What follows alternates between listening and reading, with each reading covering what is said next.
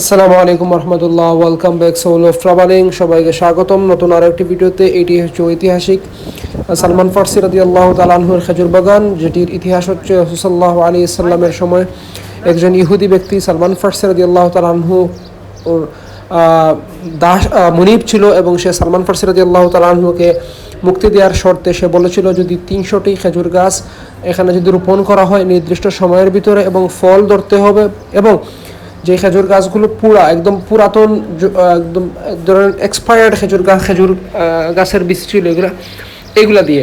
তো এটা অসম্ভব ছিল, কিন্তু এটা রাসূল সাল্লাল্লাহু আলাইহি ওয়াসাল্লামের একটা মুজিজা ছিল। রাসূল সাল্লাল্লাহু আলাইহি ওয়াসাল্লাম নিজে সেই তার প্রপোজ অ্যাকসেপ্ট করেন, এবং রাসূল সাল্লাল্লাহু আলাইহি ওয়াসাল্লাম নিজে স্বয়ং এসে এখানে 300টি গাছের জন্য চারা রোপণ করার জন্য গর্ত করেন, এবং সালমান ফার্সি রাদিয়াল্লাহু তাআলা আনহুকে বলেন যে তুমি নিয়ে আসো, পানি নিয়ে আসো, এবং উভয়ে মিলে এই খেজুর গাছটি 300টি খেজুর গাছ রোপণ করেন, এবং পরবর্তীতে 300টি খেজুর গাছে অলৌকিকভাবে খেজুর ধরে, এবং আজ পর্যন্ত এই বংশের খেজুর ক্রমান্বয়ে এই জায়গাতেই এখন পর্যন্ত খেজুর ধরতেছে, এবং সেই বংশের ওই সময়ে যে জাতের খেজুর রোপণ করা হয়েছিল রাসূলুল্লাহ সাল্লাল্লাহু আলাইহি ওয়াসাল্লামের হাত মোবারকের, সেই খেজুর গাছগুলো এখন পর্যন্ত ফল দিতেছে এবং কিয়ামত পর্যন্ত হয়তো চলমান থাকবে। এটা হচ্ছে এবং পরবর্তীতে তার ইহুদির শর্ত অনুযায়ী সালমান ফার্সি রাদিয়াল্লাহু তাআলা আনহু আপনার নাজাত পান দাসত্ব জীবন থেকে, এবং পরবর্তীতে তিনি বিখ্যাত একজন সাহাবী হিসাবে পরিচিতি লাভ করেন। এবং সালমান ফার্সি রাদিয়াল্লাহু তাআলা আনহু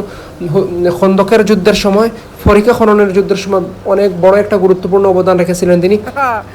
সো এই হইতেছে সেই বিখ্যাত খেজুর বাগান, যা এখনও অবস্থিত মদিনা মুনাওয়ারায়। আপনারা যদি মদিনা মুনাওয়ারায় যান তাহলে অবশ্যই এই খেজুর বাগানটি ঘুরে আসবেন ইনশাআল্লাহ। ইভেন এই খেজুর গাছ যে বাগানের যে খেজুরগুলো, এই খেজুরগুলো হচ্ছে আজওয়া খেজুর, মদিনার বিখ্যাত খেজুর।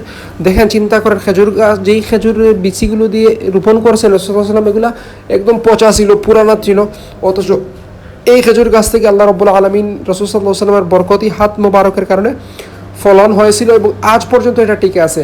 এটা হচ্ছে রাসূল সাল্লাল্লাহু আলাইহি ওয়াসাল্লামের মুজিজা। সো এই সুন্দর ভিডিওটি আপনারা যারা দেখছেন, প্লিজ শেয়ার করবেন, সাপোর্ট করবেন, লাইক কমেন্ট শেয়ার করবেন, সাবস্ক্রাইব করবেন, এবং সোল অফ ট্রাভেলিং এর সাথে থাকবেন। নেক্সট ভিডিওর জন্য অপেক্ষায় থাকুন। আল্লাহ হাফেজ।